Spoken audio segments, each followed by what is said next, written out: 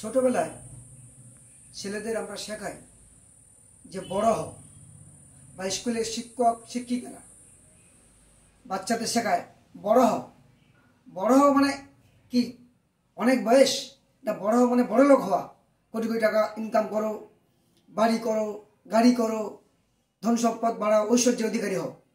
নাকি বড় হওয়া মানে চারিত্রিক গুণে বড় হও, মনুষ্যত্বের গুণে বড় হও, কর্মের গুণে বড় হও।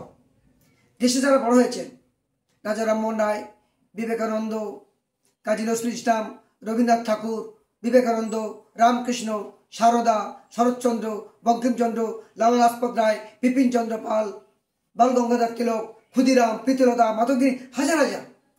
তারা কি কে কত সম্পদের অধিকারী না ঐশ্বর্যের অধিকারী সেই হিসাবে, না তাদের কর্মের গুণে, মনুষ্যত্বের গুণে তারা বড় হয়েছেন, তাদের মনুষ্যত্বর গুণেই তারা বড় হয়েছেন।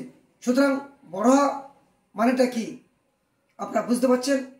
মনুষ্যত্ব গুণে বড় হও, চারিত্রিক গুণে বড় হও, কর্মের গুণে বড় হও।